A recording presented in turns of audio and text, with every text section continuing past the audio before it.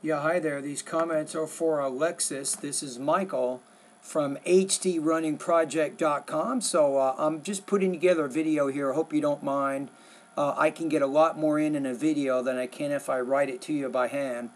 But anyway, so let's take a look at your message. You say I'll definitely let you know if we go running. I'm not sure if I can keep up with you guys. You guys are fast. Okay, let's deal with that first.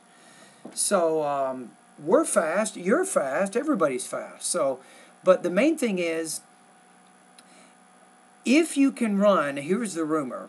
I heard through the grapevine that you can run 10 miles at a 7:49 pace. Is that right? Now, if you can do that, I'm telling you, you can run with us. Now, the main thing is, a lot of my runs, now this is a little bit different from Jerry, but a lot of my runs have to be pretty slow, even 9-minute mile pace.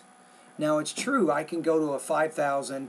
Last year in Sacramento, I ran a 5,000 on the track in 15:58, which puts me at a 5:08 mile pace. Now for my age, 46, that's pretty fast, right? However, I can't run that fast all the time when I'm working out. It's just not possible. It trashes my legs, right? So what I'm saying is if I or Jerry is doing a recovery run, then you could run on the recovery runs, where you're running maybe a hard run on that day, which is maybe 8-minute pace or 7:50 pace. Maybe that's a pretty fast pace for you, but for us it would be a comfortable pace. But you see, we're still running together, but we're doing different workouts. On that day, you might plan to say, okay, I want to do a hard run or something. And then we show up and say, okay, we're going to do more of a recovery run. So we're still running, yet for different purposes.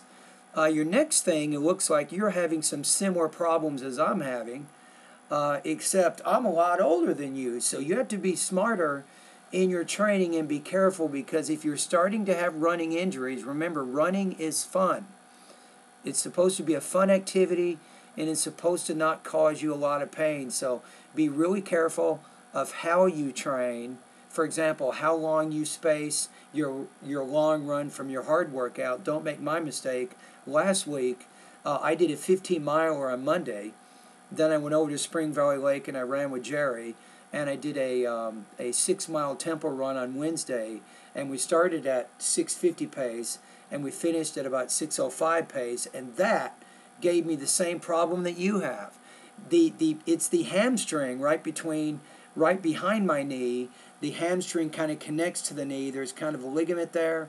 It's on the right side, and I can feel.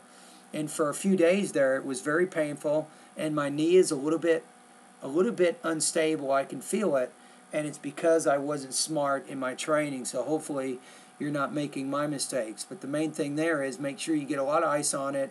You want to ice that knee or behind the knee probably 3 or 4 times a day. You're already doing, I'm sure. And make sure you do that for about 20 minutes each time. You might take some anti-inflammatories or whatever. The other thing, though, is you're taking the past few days off. That could even cause you worse problems. So you have to be careful about taking time off. For example, when I have an injury or a potential injury, I usually run on the grass. I'll run like 5 miles on the grass, and then later on in the day I'll do another 5. But I'll run it at a very, very comfortable pace, so I'm not stressing any of my muscles or ligaments. But really what you have to ask yourself is what is the standard or criteria that you use to determine whether or not you should take a day off? And here's my own advice. Now, of course, you do whatever you want. Now, if I have a pain, some type of running pain, if it causes me to alter my stride, I'm not running my normal stride, my biomechanics are somehow altered because of the injury, I'm going to stop. Now, if I stop on that day, I might work out in my pool. If you have, what do you call those, ellipticals? If you have an elliptical trainer or an elliptigo, those bicycle elliptical things, you can do something like that, cross-training, as a way of, you're still exercising and you're still working on the muscles you need to do, but you're not stressing that particular muscle that was injured during that particular form of exercise. So anyway, thank you for your comments. Like I said before, we would like to have you as one of our members of our High Desert Running Club, but you can join whenever you want. And it'd be good to have a fast female in there, somebody who's serious and wants to run fast. And you can start hitting a lot of these races in the high desert. There's all kinds of races up here. There's about 4 or 5 good races in the high desert every year. And you could start being the #1 female in those races. How about that?